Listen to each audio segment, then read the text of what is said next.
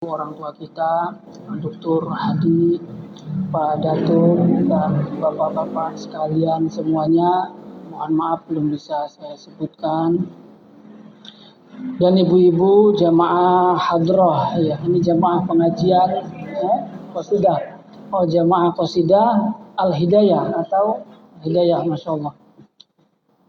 Semuanya yang saya hormati dan yang saya muliakan, semoga kita semua senantiasa diberikan kesehatan, kekuatan lahir batin oleh Allah Subhanahu wa taala, keistiqomahan dan keberkahan dalam segala aktivitas kita. Amin amin ya rabbal alamin. Alhamdulillahirabbil alamin. Ini bagian daripada taufik dan hidayah dari Allah Subhanahu wa taala. Kalau orang menyebutnya taufik dan hidayah, bukan hidayah dan taufik. Tapi sebetulnya yang lebih tepat itu hidayah dan taufik. Kenapa hidayah dan taufik lebih dulu hidayah? Karena orang yang mendapatkan hidayah tidak mesti mendapatkan taufik. Tapi orang yang mendapatkan taufik pasti dia mendapatkan hidayah. Sehingga hidayah itu kalau versi para ulama itu ada dua, al-hidayatu naw'an, hidayatul dilalah wa hidayatul taufik. Hidayah itu ada dua, ada hidayah dilalah, hidayah petunjuk, ada info kebaikan. Tuh di sana ada info pengajian, tuh di sana ada info sholawatan, ada majlis taklim, ada majlis zikir. Silahkan hadiri acara-acara tersebut. Itu namanya hidayatul dilalah, petunjuk, informasi kebaikan. Nah, kita yang menerima hidayah itu sudah mendapatkan hidayah, tapi hidayahnya baru hidayatul dilalah. Hidayatul irsyad, petunjuk informasi kebaikan. Nah, hidayah dilalah belum tentu orang yang mendapatkan hidayah dilalah, petunjuk informasi kebaikan, kemudian mampu untuk mengerjakan, melaksanakan info yang diinformasikan dari hidayah itu. Belum tentu menghadiri acara tersebut, karena yang menghadiri acara tersebut itu hanyalah orang-orang khusus yang Allah berikan hidayatul taufik. Apa hidayatul taufik? Hidayatul taufik itu khalqu qudratit ta'ati fil 'abdi wa tashilu sabilil khairi ilaihi. Yani kekuatan, kemampuan khusus yang Allah berikan kepada hamba pilihannya untuk bisa melangkahkan kakinya menuju hal-hal yang diridhoi oleh Allah Subhanahu wa taala. Nah, setelah kita mendapatkan hidayatul dilalah, ada petunjuk informasi, lalu kemudian kita diberikan kekuatan oleh Allah untuk mengikutinya, untuk menghadirinya. Maka itulah yang disebut dengan hidayatul taufik. Jadi alhamdulillah kita yang hadir pada siang hari ini kita telah mendapatkan dua hidayah dari Allah. Yang pertama adalah hidayatul dilalah, mendapatkan informasi baik dari pengurus DKM Musola Al-Hidayah, dan yang kedua kita mendapatkan hidayatul taufik, kekuatan, kemampuan yang Allah berikan kepada kita untuk kita mampu melaksanakannya, mampu menghadirinya. Alhamdulillahirabbil alamin. Semoga amal ibadah kita pada siang hari ini dicatat sebagai amal kebaikan oleh Allah Subhanahu wa taala, dan kelak kita semua juga akan dimudahkan oleh Allah Subhanahu wa taala untuk sampai pada surganya. Karena ini juga bagian daripada jaminan yang Allah berikan kepada kita yang menfokuskan dirinya, meniatkan dirinya untuk mencari ilmu-ilmunya Allah Subhanahu wa taala. Dikatakan dalam satu hadis, man salaka thariqan ilal ilmi sahalallahu lahu thariqan ilal jannah. Lagi-lagi mindset orang-orang kita kadang kurang begitu meyakini. Ketika ditanya mengejar kesuksesan akhirat dengan mengejar kesuksesan dunia, itu kira-kira lebih susah mana? Itu rata-rata jawabannya lebih susah mengejar dunia. Akhirat lebih susah mengejar akhirat, ya, kebalik. Lebih susah untuk mengejar akhirat. Nah, dunia lebih mudah, lebih kelihatan, lebih gampang. Nah, kalau mengejar akhirat kita yang belajar untuk kemudian bisa mendapatkan ilmu yang bermanfaat, yang pesantren mengaji untuk bisa baca kitab, ahli, fikih, pintar, alim, itu lebih susah. Tapi kalau untuk mengejar dunia, kita nyari kerja, nyari penghasilan, pemasukan itu lebih gampang, lebih kelihatan. Padahal dalam hadis Nabi bahwa mencari kesuksesan akhirat itu justru lebih mudah. Karena apa? Karena sudah dijamin oleh Allah ketika kita sudah niatkan untuk mencari ilmu, maka Allah akan mudahkan kita untuk bisa masuk ke dalam surganya Allah Subhanahu wa taala. Sehingga perkumpulan kita pada siang hari ini itu dikatakan oleh Nabi sebagai perkumpulan di taman surga, taman surganya Allah. Dalam satu hadis dikatakan iza maratum bi riyadil jannah farta'u. Mulai para sahabat bertanya, kata Nabi, ketika kalian lewat satu taman surga, maka sempatkanlah untuk bersinggah, sempatkanlah untuk mampir, untuk mengikuti acara di taman surga itu. Lalu kemudian para sahabat bertanya, faqalu wa ma riyadul jannah ya Rasulullah. Apa taman surga itu ya Rasulullah? Lalu kemudian dijawab oleh Rasulullah, riyadul jannah hiya majlisul ilm, majlisul zikir, halaqatul ilm, halaqatul zikir. Jadi taman surga itu kata Nabi adalah halaqah zikir, halaqah ilmu, majlis taklim seperti ini. Karena apa? Karena majlis taklim yang seperti ini itu ada kesamaan dengan taman surga yang sesungguhnya. Jadi kalau taman surga yang seperti ini itu taman surga yang masih maknawi atau taman surga yang abstrak, yang belum nyata ya. Tapi kalau taman surga yang sesungguhnya ya nanti kelak kita di surganya Allah Subhanahu wa taala. Kenapa ada kesamaan, ada analogi antara surga dunia majlis ta'lim dengan surga hakiki yaitu surganya Allah Subhanahu wa taala nanti? Karena di dalam majlis ta'lim ini itu tadi ada sesuatu yang bisa menghantarkan kita untuk mudah sampai kepada surganya Allah Subhanahu wa taala. Dalam hadisnya tadi dikatakan man salaka thariqan ilal ilmi sahalallahu lahu thariqan ilal jannah. Jadi dengan kita menghadiri majlis-majlis yang seperti ini, insyaallah langkah kita untuk sampai kepada taman surga yang sesungguhnya itu tidak jauh, dekat. Jadi ada kedekatan yang sama. Baik Bapak Ibu para jamaah sekalian yang saya hormati, insyaallah pada kesempatan siang hari ini kita semua bersama-sama untuk sharing ilmu, sharing pengetahuan, sharing pengalaman. Kita niatkan untuk mencari, mengharapkan ridho dari Allah Subhanahu wa taala. Khususnya pada kesempatan kali ini kita akan bersama-sama sharing terkait satu tema yang mungkin masih belum familiar atau masih belum banyak kita ikuti kajian-kajian yang seperti ini di majelis-majelis ta'lim yang biasa kita ikuti, yaitu terkait tentang ekonomi syariah. Ya. Kenapa kita ini perlu untuk peduli, untuk perhatian lebih terhadap ekonomi syariah? Itu mungkin setidaknya 3 poin ini yang perlu untuk kita pahami, perlu untuk kita resapi. Yang pertama, bahwa ekonomi syariah itu bagian integral dengan syariat Islam. Jadi ekonomi syariah ini tidak hanya sebatas sistem ekonomi bisnis yang dimanfaatkan oleh sebagian kalangan untuk mengoperasikan bisnisnya dengan menggunakan skema syariah. Apalagi pasar syariah sekarang lagi mulai banyak diminati. Sehingga bagaimana caranya untuk bisa menarik pasar yang lebih luas, maka diiming-imingi dengan label syariah. Perumahan syariah, hotel syariah, rumah sakit syariah. Kemudian rumah makan syariah, pariwisata syariah, dan lain sebagainya itu banyak yang berlabelkan syariah. Alhamdulillah, bagus sekali itu. Berarti kita sedang meningkatkan ya kepedulian kita, perhatian kita terhadap syariah Islam. Oh, dimatiin.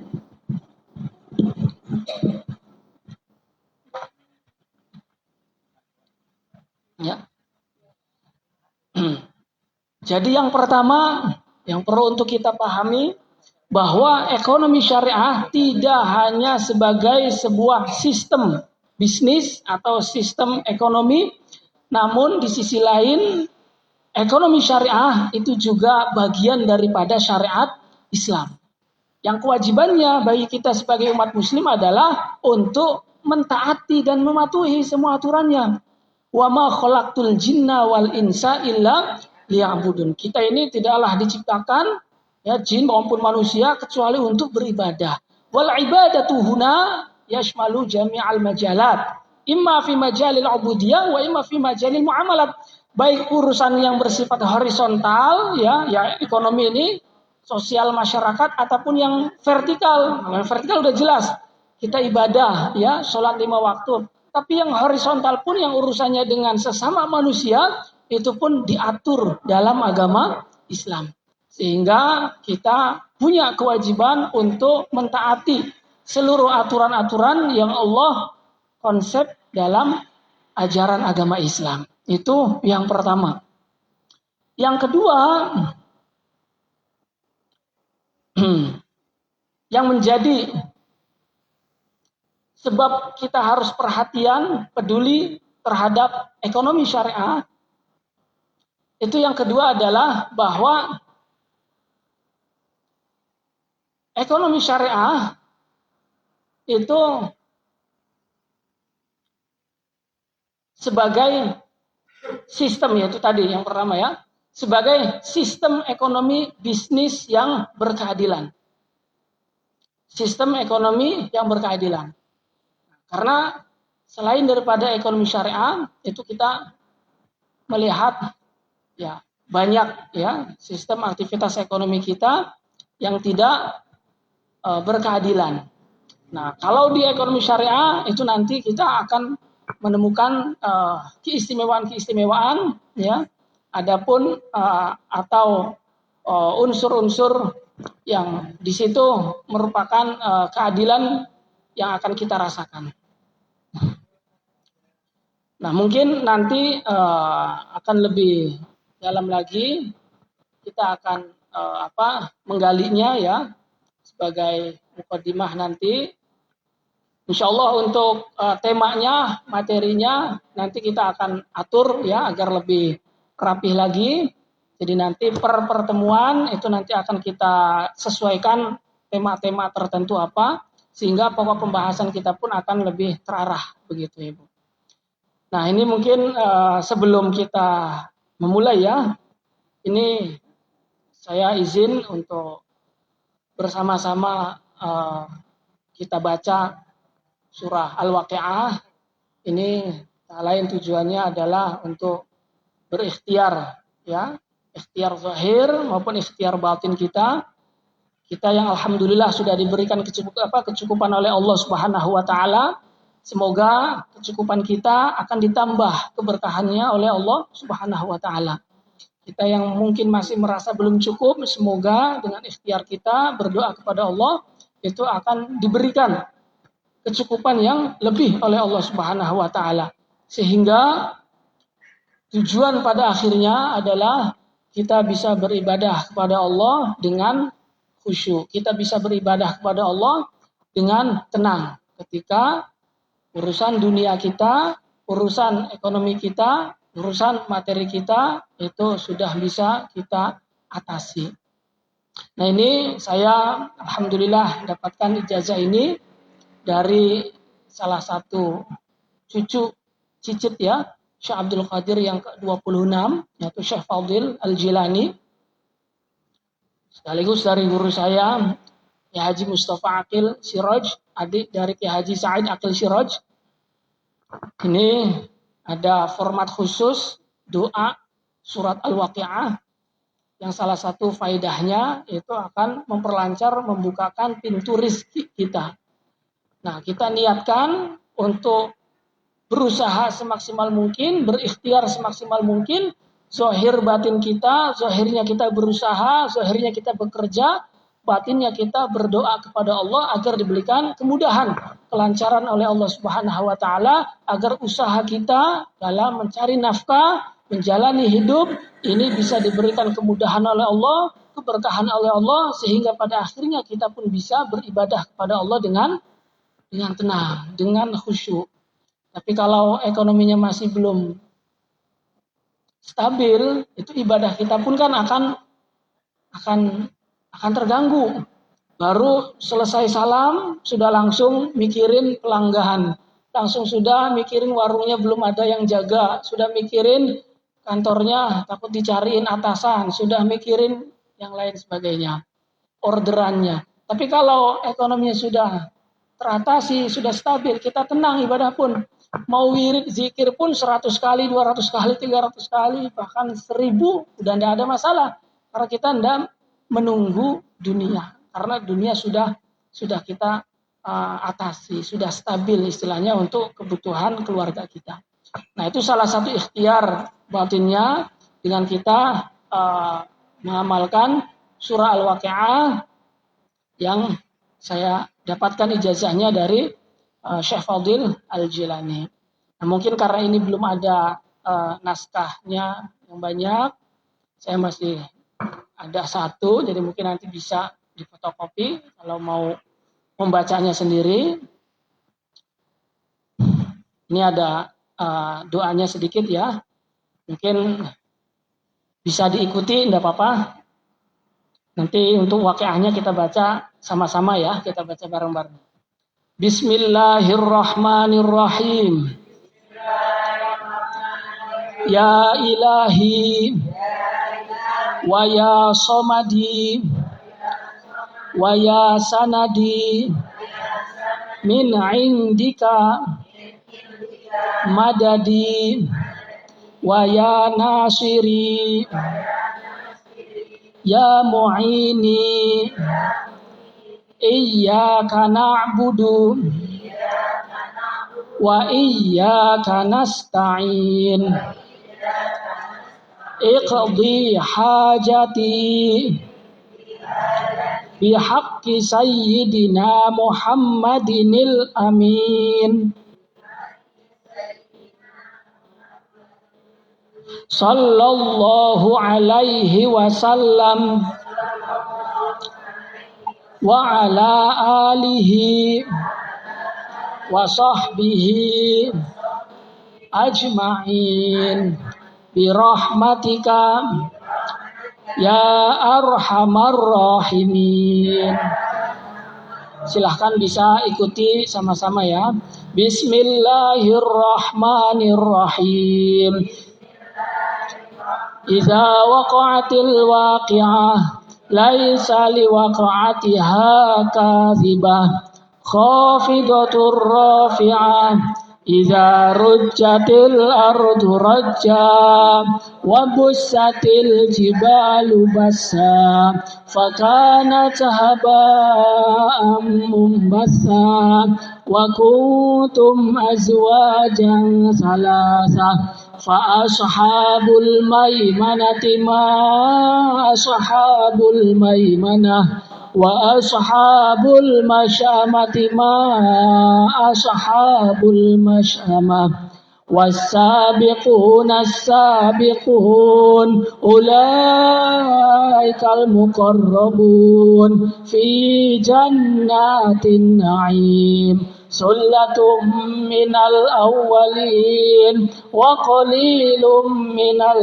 akhirin ala sururim maudunah muttaqiina 'alaiha mutaqabilin yatufu 'alaihim wildanum mukhalladun bi akwabin wa bariqa wa ka'sim min ma'in لا يصدعون عنها ولا ينزفون وفاكهة مما يتخيرون ولحم طير مما يشتهون وحور عين كأمثال اللؤلؤ المكنون جزاء بما كانوا يعملون لا يسمعون فيها لغوا ولا تأثيما إلا قيلا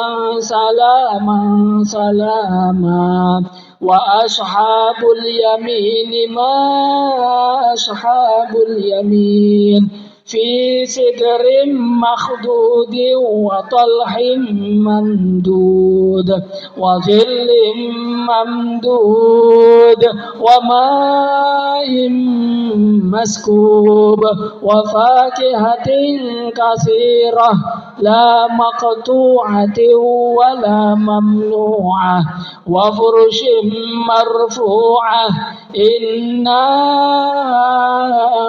أنشأناهن إنشاء فجعلناهن أبكارا عربا أترابا لأصحاب اليمين ثلة من الأولين وثلة من الآخرين وأصحاب الشمال ما أصحاب الشمال في سموم وحميم وظل من يحموم لا بارد ولا كريم إنهم كانوا قبل ذلك مترفين وكانوا يصرون على الحنث العظيم وكانوا يقولون أئذا متنا وكنا ترابا وعظاما أئذا لمبعثون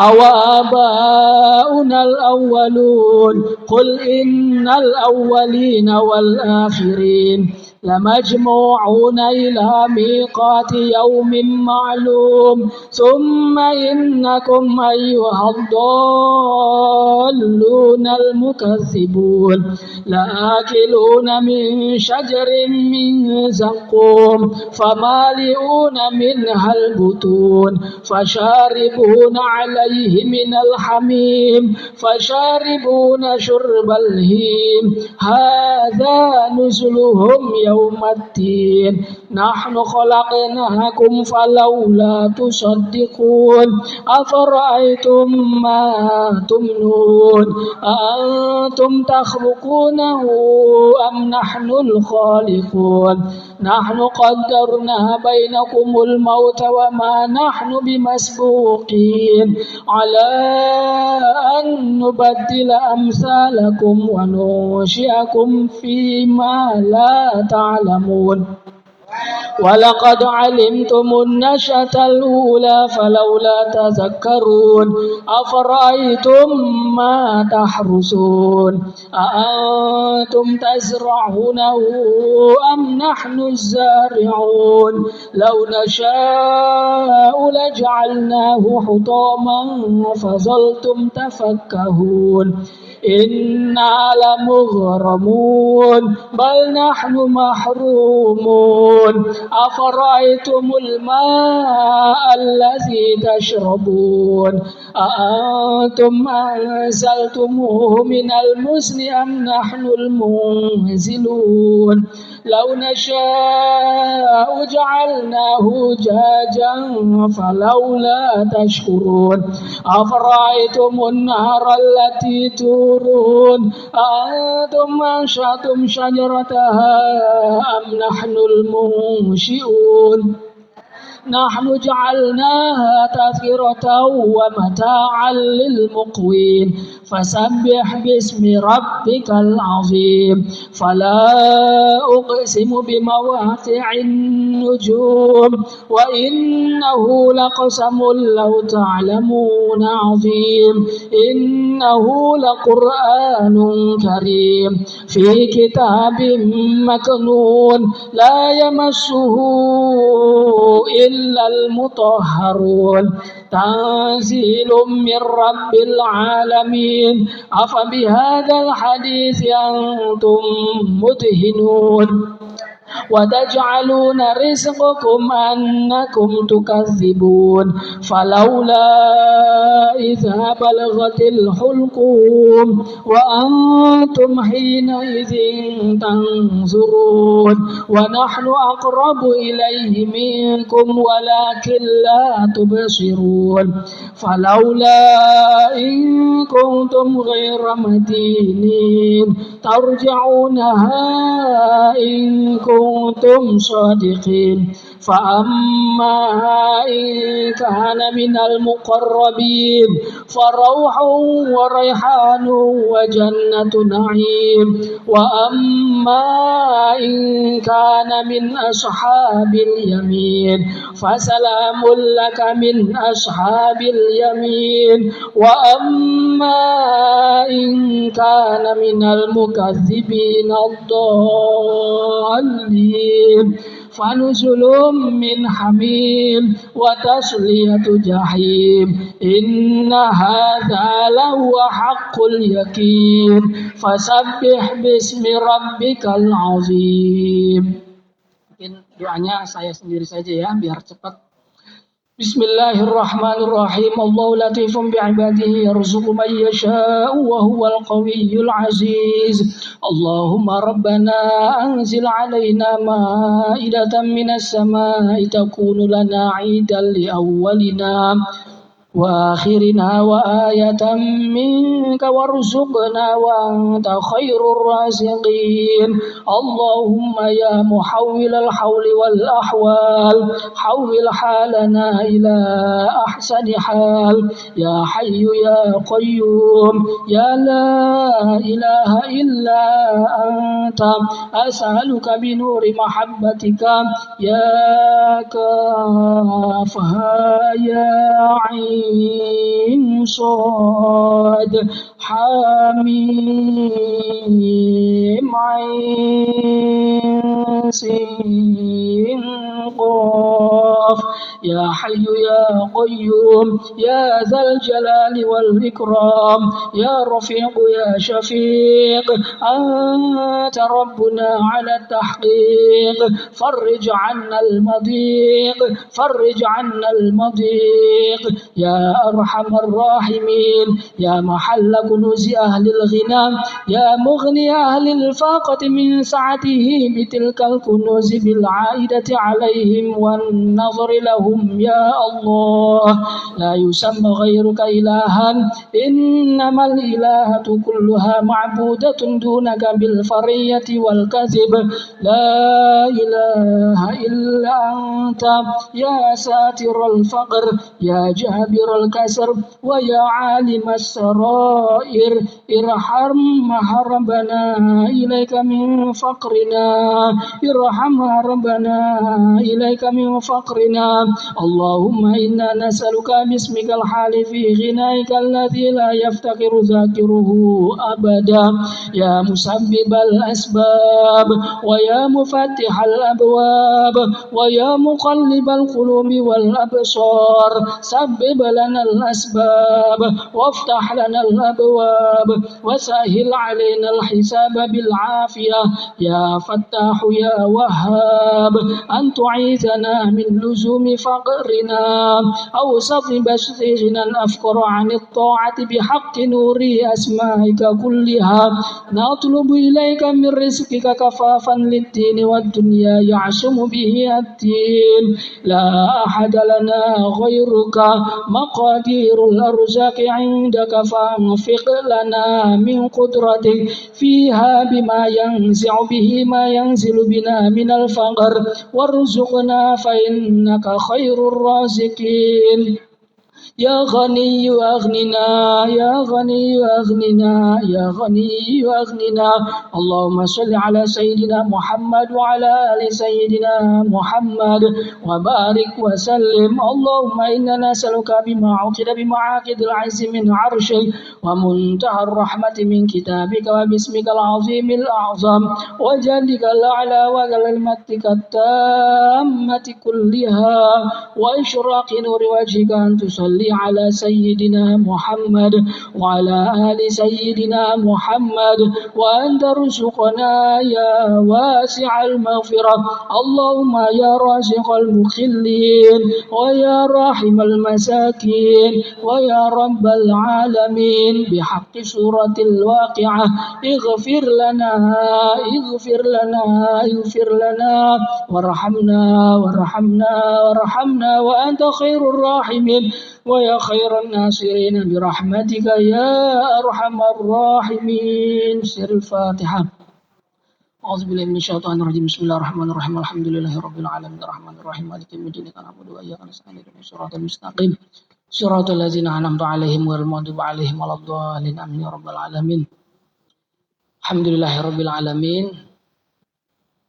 Baik, mungkin nanti pembacaan ini bisa di awal atau di akhir kali ya Pak. Baiknya aja nanti. Ini karena perdana kita mau mencoba untuk mengistiqomahkan. Semoga Allah Subhanahu wa taala memberikan kita semua keistiqomahan agar bisa mengikuti kegiatan-kegiatan yang semacam ini dengan tidak ada gangguan yang berarti. Amin amin ya rabbal alamin.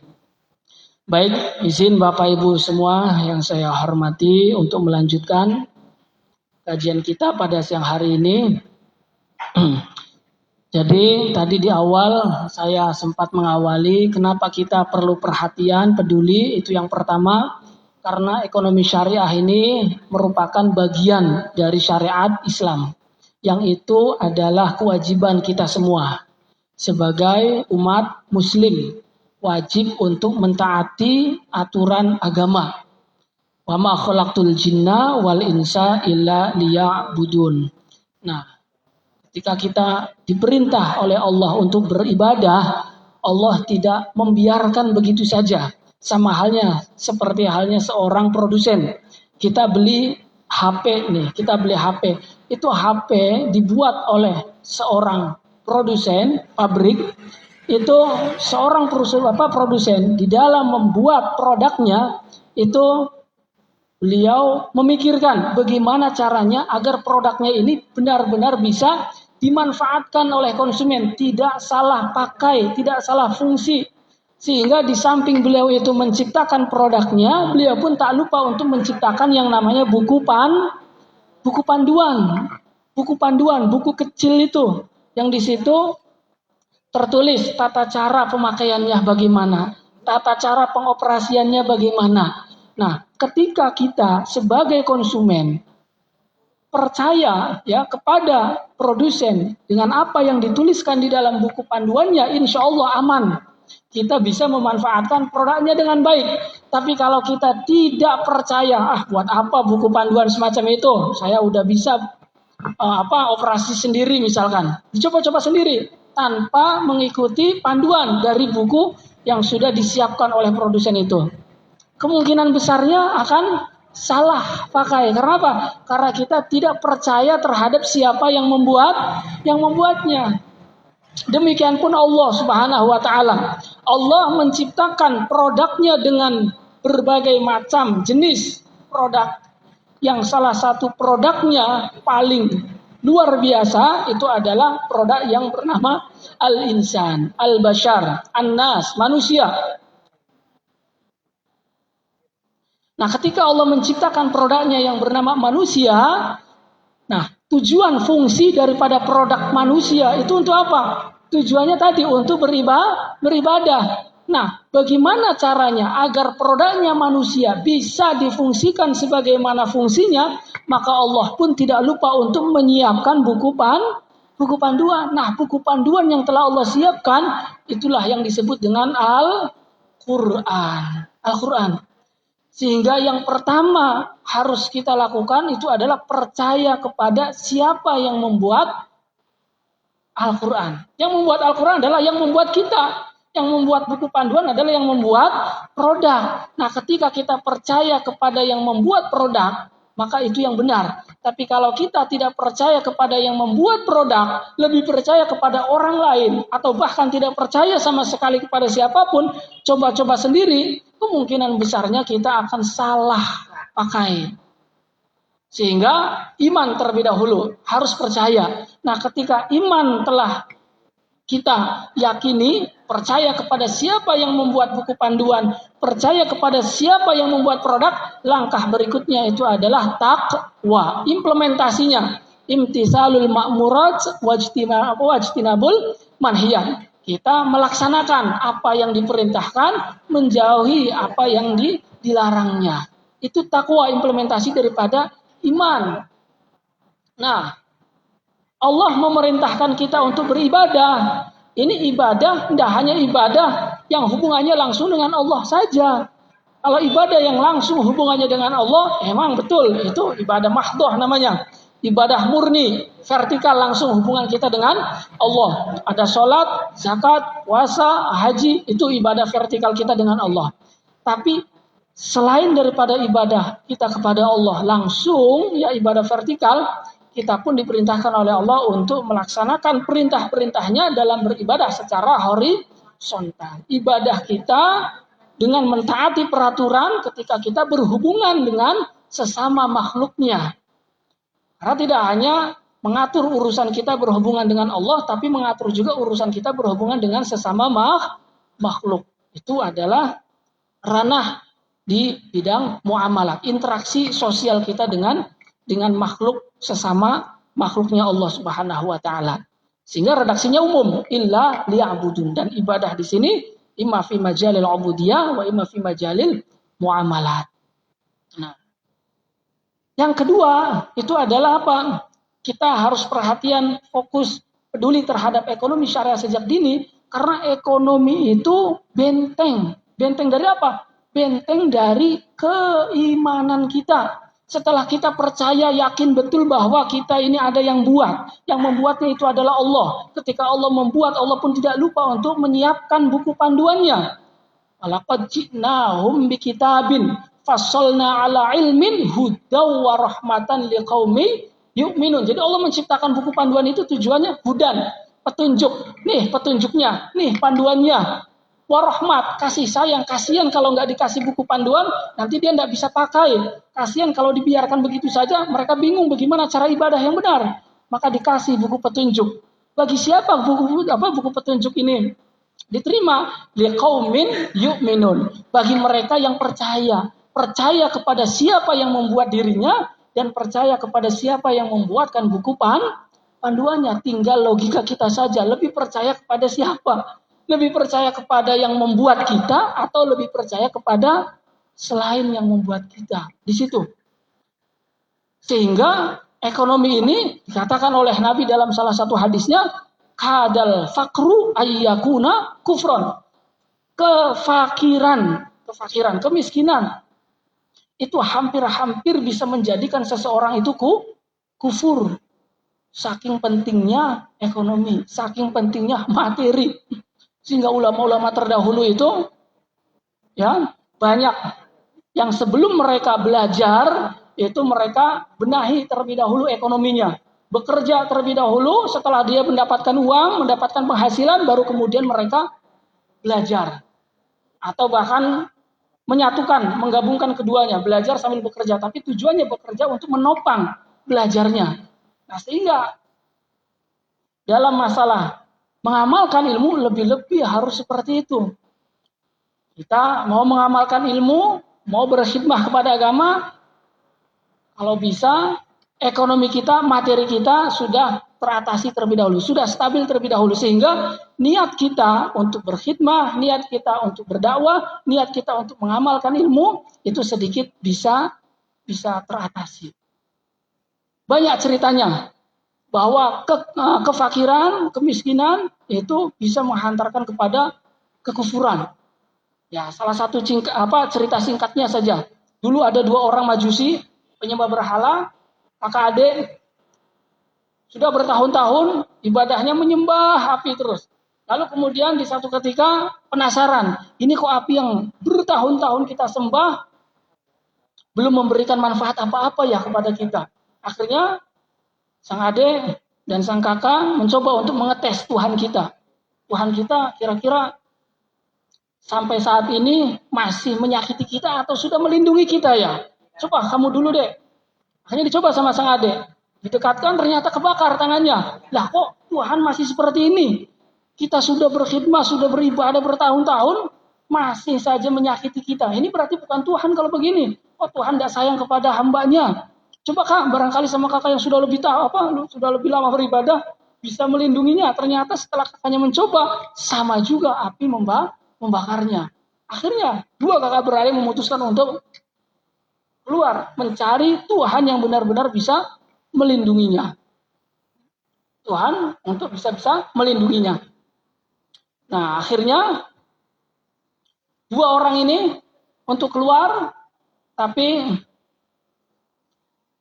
sang kakaknya setelah sang kakak ini keluar mencari Tuhan lain, akhirnya kan dikucilkan oleh lingkungannya, oleh keluarganya, oleh lingkungan sekitarnya dikucilkan, sehingga kehidupannya agak mulai terganggu. Aktivitas sosialnya agak terganggu. Karena apa? Karena banyak cibiran bahkan caci makian dari tetangga-tetangganya, keluarga-keluarganya, lingkungan sekitarnya. Karena dia keluar murtad dari agamanya untuk mencari agama lain. Akhirnya sang kakak ini dia tidak tahan, akhirnya kemudian keluar. Nah, sang adik ini ketika dia mencari solusi untuk ketemu sama orang yang mampu menunjukkan kepada Tuhan yang benar, akhirnya dia ketemu dengan salah satu ulama, dia bernama Malik bin Dinar. Nah kemudian diarahkan, diberi petunjuk, kemudian diberi hidayah oleh Allah Subhanahu wa taala. Singkat cerita, dia masuk ke agama Islam. Nah, setelah dia masuk ke agama Islam, tambah susah lagi kehidupannya. Nah, sampai pada akhirnya dia mencari pekerjaan ke sana kemari, tidak ada satu orang pun yang menerima. Karena apa? Karena dianggap dia telah murtad dari agama Majusinya. Nah, dari agama Majusi, sehingga dia di situ bergejolak antara keimanannya dengan kekufurannya itu. Tapi alhamdulillah pada kisah ini ya sang adik ini kuat imannya. Walaupun ekonominya sedang dihimpit, ya, sedang diuji habis-habisan oleh Allah Subhanahu wa taala, karena dia mencari pekerjaan ke sana kemari untuk bisa mendapatkan pekerjaan penghasilan, ternyata semuanya menolak. Tidak ada satu orang pun yang menerima. Akhirnya dia putuskan untuk mengadu kepada majikannya, yaitu Allah Subhanahu wa taala yang telah diberinya petunjuk oleh Syekh Malik bin Dinar. Jadi setiap hari Jumat itu singgah ke masjid. Jadi setiap harinya mencari usaha, mencari penghasilan, ternyata tidak dia dapatkan. Ya, sampai di hari Jumat akhirnya dia mengadu kepada Allah, sholat, ibadah, lalu kemudian berdoa kepada Allah. Ya Allah, saya pasrahkan kepadamu urusanku. Saya tidak akan menggadaikan imanku hanya untuk urusan duniaku. Tolong jaga atau tolong cukupkan duniaku demi menjaga keimananku ini.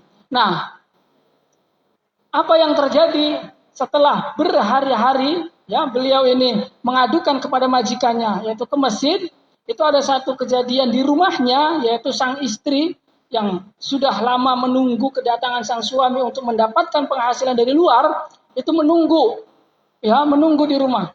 Nah, si suami setelah selesai dari masjid beribadah, berpasrah diri kepada Allah, kemudian hendak pulang, berpikir bagaimana caranya agar bisa mensiasati sang istri agar tidak marah. Jadi akhirnya sang suami punya ide untuk berpura-pura membawa bingkisan, membawa sesuatu. Pura-pura membawa tepung ya, kalau zaman dulu tepung. Jadi beliau membawa satu kantong diisi dengan pasir. Lalu kemudian ia bawa tujuannya untuk mengelabui agar sang istri ketika melihat suaminya datang tidak begitu kecewa. Nah, setelah sampai di hadap mendekat dekat dengan rumahnya, sebelum kedatangannya sang istri didatangi oleh seseorang yang tidak disangka-sangka, orang tak dikenal datang, lalu kemudian orang tersebut itu menyampaikan pesan dan menitipkan sesuatu, tolong sampaikan kepada suamimu bahwa ini adalah gaji suamimu yang selama ini bekerja kepada majikanku. Tolong jangan dibuka, nanti di dalam saja. Titipkan. Itu dikasih, ya kalau sekarang koper ya mungkin, kalau zaman dulu ya kantong. Kemudian setelah pergi, dibuka di dalam rumah, ternyata di dalam rumah dibuka isinya dinar. Itu sehingga disebut dengan Malik bin Dinar itu. Dinar. Emas. Nah akhirnya satu keping dinarnya ditukarkan, dapat uang banyak, langsung belanjakan, masak yang enak untuk menyambut kedatangan sang suami. Sang suami yang dari luar datang dengan hati kecamuk, bingung, serba salah, dengan dengan membawa satu kantong pasir ya, yang tujuannya untuk mengelabui sang istri ini, dibawa. Kemudian setelah dekat sampai ke rumahnya, mencium bau masakan. Ini bau masakan dari mana ini? Ternyata setelah didekati, ternyata berasal dari dalam rumahnya. Langsung ketua pintu dibukakan, melihat isi rumahnya sudah siap dengan banyak makanan yang disajikan, kaget sang suami ini. Kemudian bertanya kepada sang istri, dari mana ini semua? Kemudian sang istri baru cerita. Sang istri cerita, kemudian diceritakan bahwa tadi ada lelaki yang datang ke sini menyampaikan pesan begini. Langsung sang suami sujud kepada Allah. Sujud, lalu kemudian setelah itu bangun lagi, kemudian sang suami izin masuk ke kamar dengan membawa kantong plastiknya itu. Sang istri tidak lupa menanyakan itu. Bapak, itu bawa apa? Kantong plastiknya, sini biar Umi bawakan. Kemudian sang bapak tambah bingung lagi kan, waduh, ketahuan ini. Saya bawa pasir yang tujuannya rencana awalnya mau pura-pura membawa tepung ya. Ternyata setelah dibuka, akhirnya dia menjawab, ini kantong berisi tepung. Akhirnya dibuka sama sang istri, ternyata setelah dibuka benar isinya tepung. Kedua kalinya sang suami kemudian sujud kepada Allah Subhanahu wa taala. Nah, ini satu kisah di mana kefakiran itu terkadang ujiannya sangat berat. Bahkan bisa berhadapan dengan menggadaikan imannya. Nah, kalau tidak kuat, mungkin nanti akan seperti kakaknya, kembali lagi ke agama Majusi, tapi kalau kita kuat menghadapinya, insya Allah kita pun akan sekuat seperti adiknya. Tapi bagi kita yang belum kuat seperti itu, usahakan agar kita perhatikan betul, peduli betul terhadap ekonomi kita.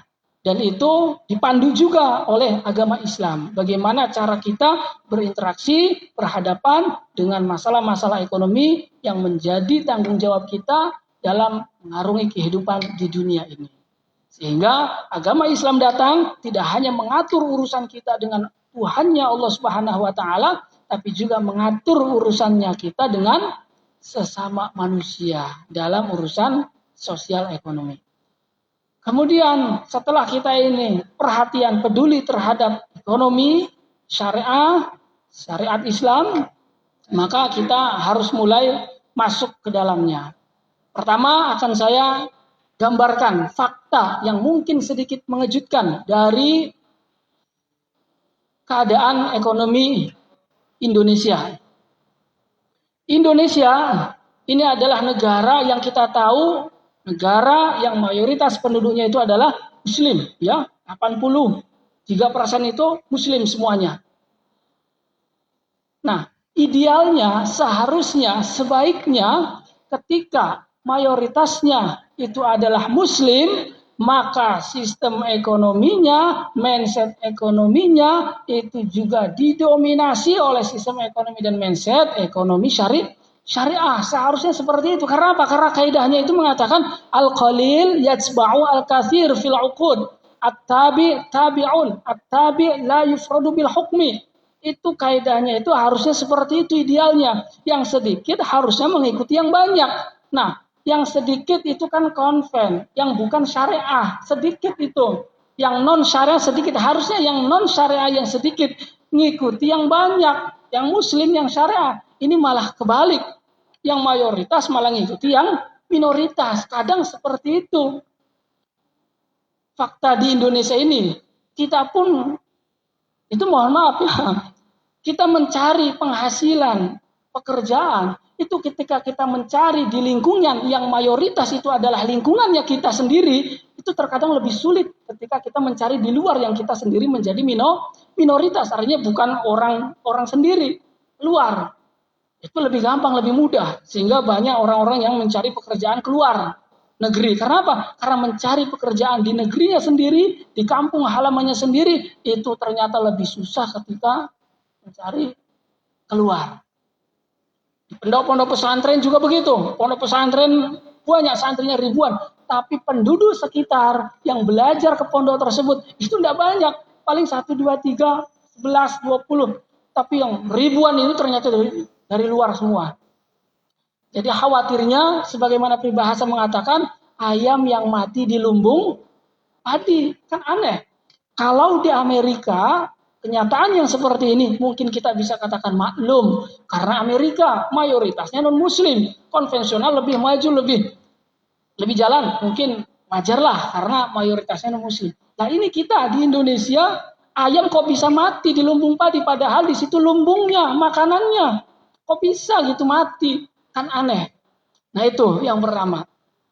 Nah yang kedua, kita menyadari bahwa aktivitas sehari-hari kita yang paling dominan itu adalah aktivitasnya ekonomi kan.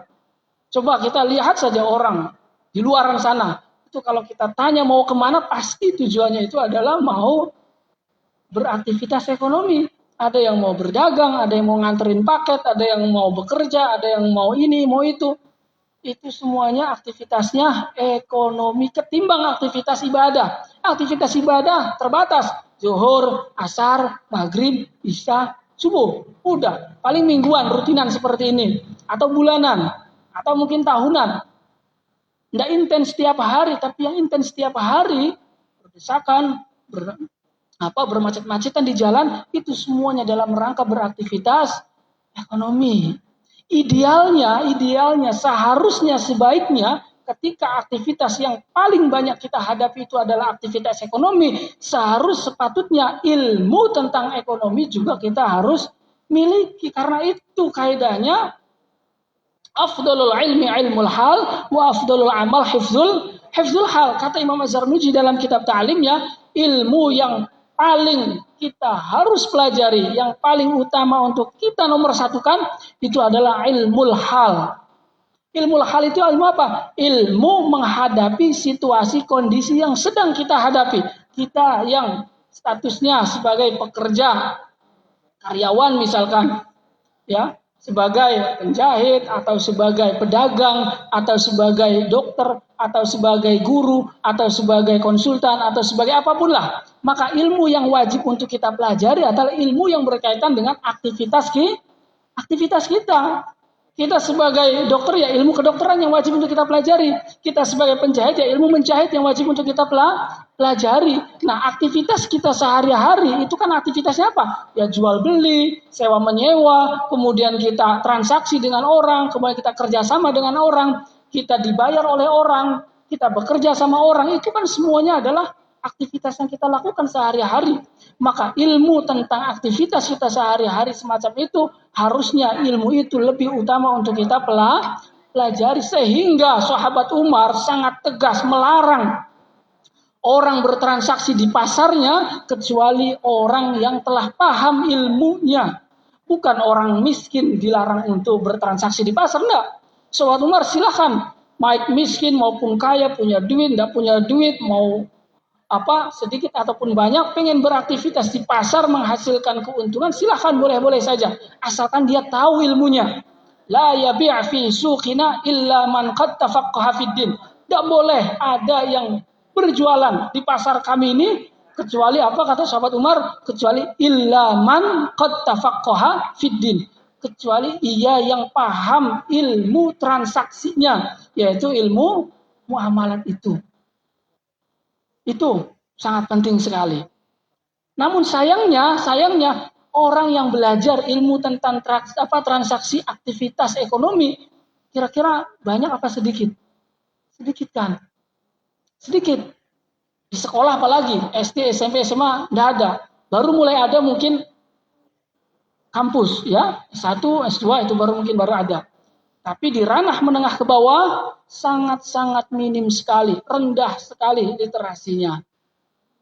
Sehingga salah satu faktor kenapa ekonomi syariah di Indonesia itu masih kalah jauh dengan konvensional, di sektor keuangan saja itu masih di angka 7, sekian.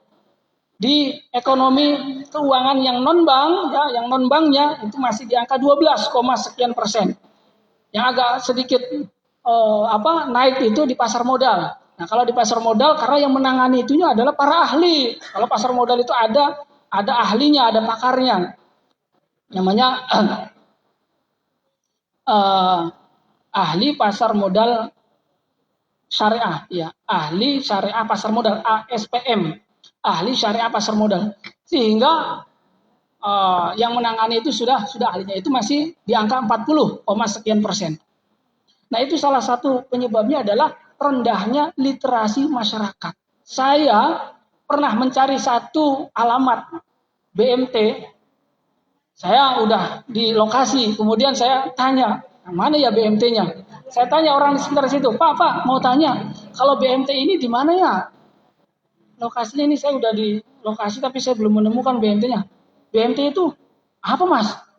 Dia masih tidak paham apa itu BMT. Itu baru istilah umumnya, besar namanya ya, belum mendalam ke dalam produk-produknya apa saja, skema yang digunakannya itu apa saja, itu masih sangat jauh. Namanya saja BMT itu istilah apa masih belum paham. Baitul Mal wa Tamwil kan. Nah, itu bukti bahwa literasi masyarakat terhadap ekonomi syariah masih sangat-sangat rendah.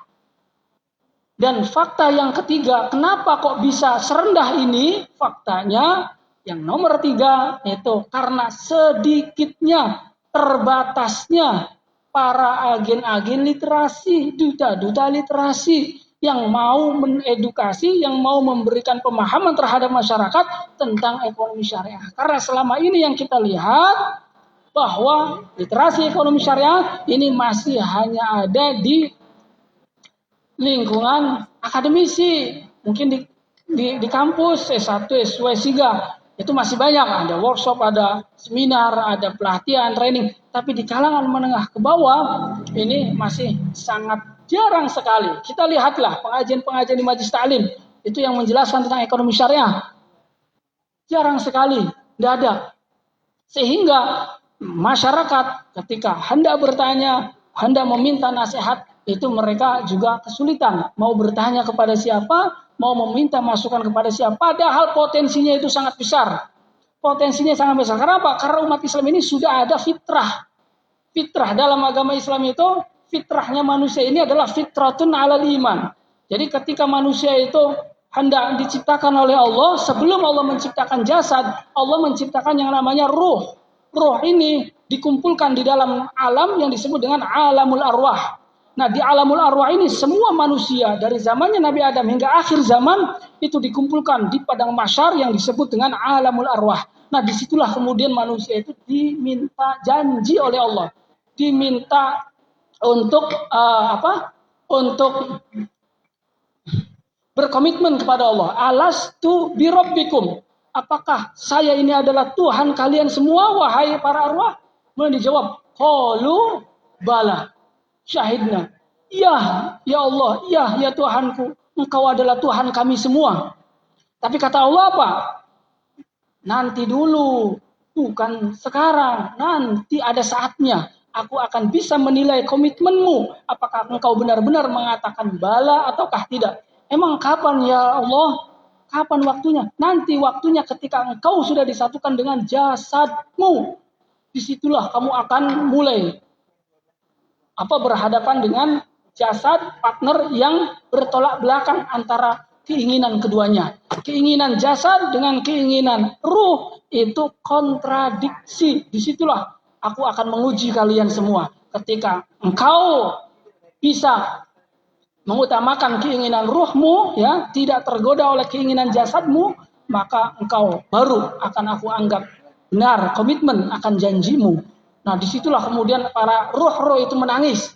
Sehingga ketika kita melihat orang yang baru lahir, kemudian bayinya itu terlahir di alam dunia, semuanya itu menangis. Kenapa? Karena merasa takut, khawatir komitmennya dia di hadapan Allah itu tidak bisa direalisasikan, tidak bisa dia jalankan. Kenapa? Karena keinginan ruh pinginnya sih wudu, ruh pinginnya berzikir, ruh pinginnya sholat 2 rakaat, tapi jasad yang masih kedinginan di pagi hari pinginnya tarik lagi selimutnya, nanti lagi aja dulu, masih jam 4, masih bisa setengah 5 bangun lagi, pinginnya wudu, ruh pinginnya wudu, pinginnya bangun, pinginnya ambil sajadah, tapi kata jasad nanti dulu masih dingin, tanggung nanti masih bisa jam 5, selalu bertabrakan. Ada uang di kantong, pengen dimasukkan ke kotak amal, ruh pengennya begitu. Tapi kata jasad, jangan sayang eman, nanti saja buat jajan di rumah. Semuanya itu selalu bertabrakan, selalu bertolak belakang. Disitulah ruh dengan jasad itu bertengkar terus. Sehingga disitulah kemudian Allah akan menilai antara keinginan ruh dengan iya.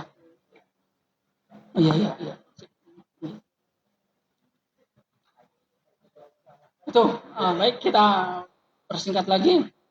Jadi yang ketiga faktanya yaitu karena sedikitnya agen-agen duta-duta literasi yang mau memberikan edukasi literasinya kepada masyarakat kita. Sehingga insya Allah di kesempatan kita yang akan datang nanti kita akan sedikit belajar tentang ilmu muamalah atau transaksi ekonomi kita. Nah, cakupannya itu apa? Jadi sebelum kita belajar satu disiplin ilmu, itu para ulama menganjurkan agar kita ini bisa memahami 10 dasar terlebih dahulu. Katakan dalam nazamnya Syekh Soban, inna mabadi kulli fannin ashrah, al-haddu wal mawdu'u summa samrah, wa fadluhu wa nisbatun wal wadi'u, wal ismu al istimdadu hukmu syari'u, masailu wal ba'du bil ba'di iktafa, faman daral jami'a haza asyarafa. Nah ini. Jadi kita ketika hendak mempelajari satu disiplin ilmu, itu para ulama mengajarkan kepada kita wajib. Ya, walaupun tidak wajib. Sebaiknya, sepatutnya itu kita memahami 10 dasar dari setiap disiplin ilmu yang akan kita pelajari itu. Apapun itu disiplin ilmu yang akan kita pelajari. Tujuannya apa? Tujuannya agar ketika kita memahami 10 dasar ini, maka akan timbul kemantapan kita untuk memutuskan. Karena al-hukmu ala syai'i far'un an tasawwuri. Ketika kita hendak menghukumi sesuatu, ini ilmu yang hendak kita pelajari kira-kira berguna apa tidak ya? Bermanfaat apa tidak ya? Ada faedahnya apa tidak ya? Kira-kira buang-buang waktu apa tidak ya? Nah, itu ketika kita mau menghukumi, syaratnya kita harus paham terhadap objek yang akan kita hukumi. Nah, untuk bisa paham terhadap objek yang akan kita hukumi, maka kita harus paham mabadi al-ashrah. Kalau bisa 10-nya dipahami, kalau tidak bisa, kata ulama, minimal 3. Al-had wal maudu', kemudian yang ketiga adalah samrah. Al-had itu definisi. Ini definisinya apa? Ekonomi syariah. Ekonomi itu apa? Ekonomi. Kalau secara bahasa al-iktisad.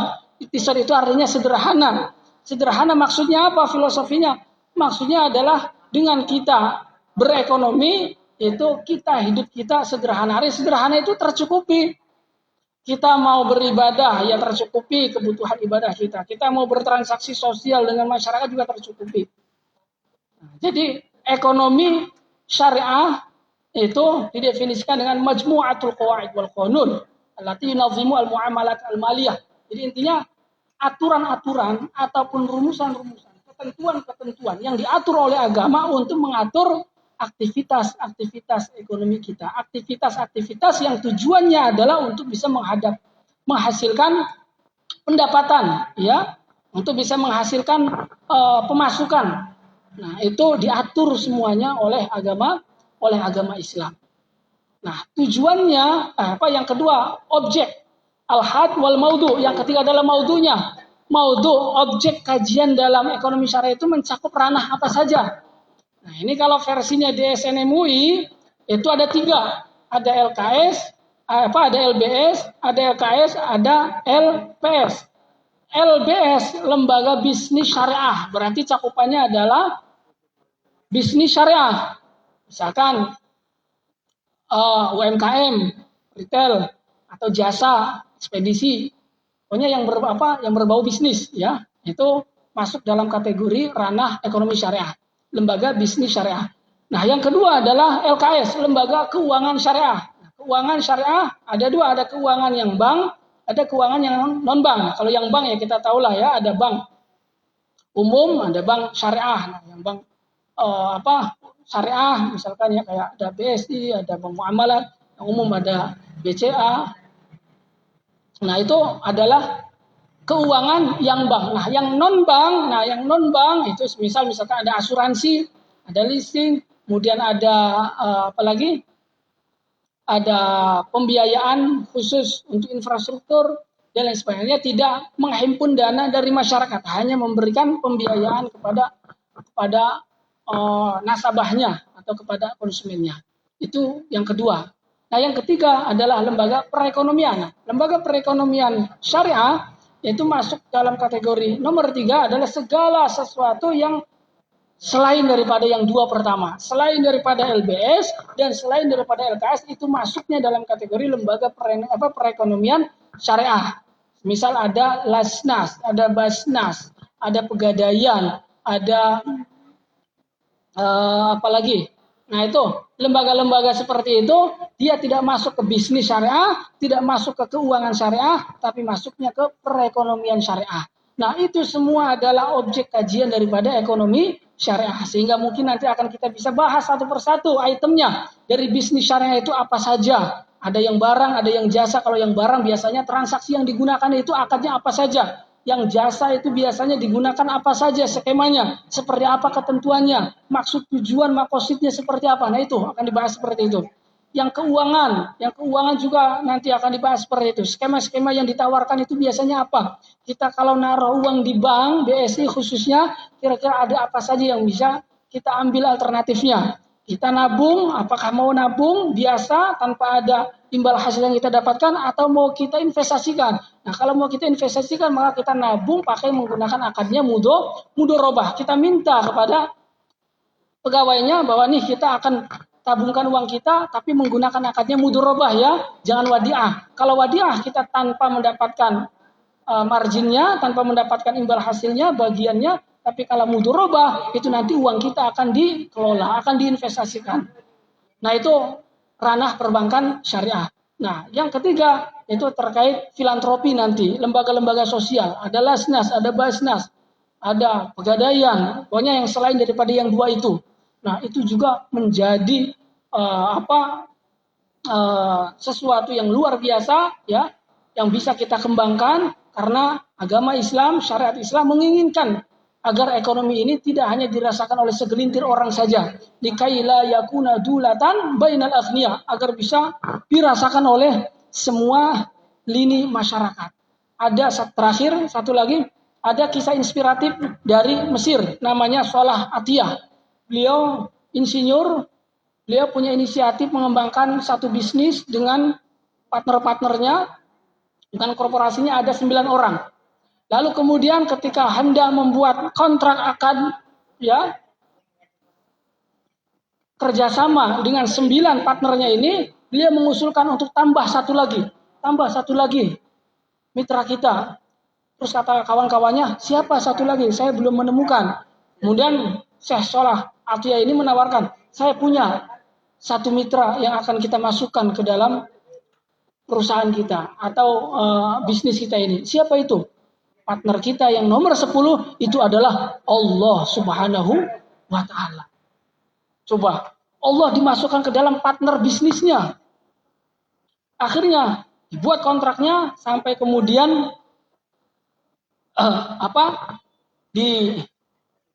dilegalisir, dinotaris juga, itu mencantumkan partner yang ke-10 itu Allah Subhanahu wa Ta'ala. 10% awalnya. 10% doa. Lalu tugasnya apa Allah? Tugasnya adalah kita minta kepada Allah agar Allah bertugas untuk menjaga bisnis kita.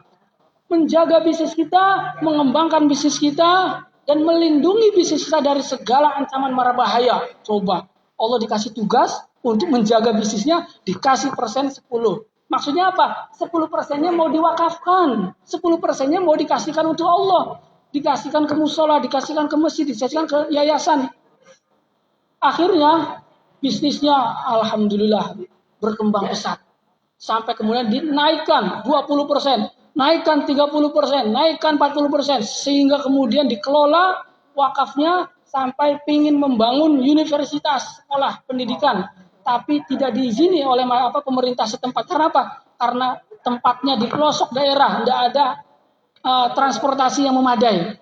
Tapi dengan semangatnya beliau, dengan kesuksesannya, lalu kemudian beliau mampu untuk memfasilitasi itu semua. Tidak apa-apa, pemerintah kita siapkan transportasinya. Beliau bangun jalannya untuk bisa sampai kepada tempat pelosok untuk dibangun lembaga pendidikan itu. Sampai pada akhirnya kemudian seluruh penghasilannya itu diberikan semuanya untuk Allah Subhanahu wa Ta'ala. Dan itu sudah viral di Mesir dan sudah menjadi tokoh luar biasa, sehingga salah satu pemasukan di Al-Azhar Mesir itu salah satunya dari wakaf. Sehingga ada kementerian di Mesir itu khusus kementerian wakaf, Wizaratul Auqaf namanya.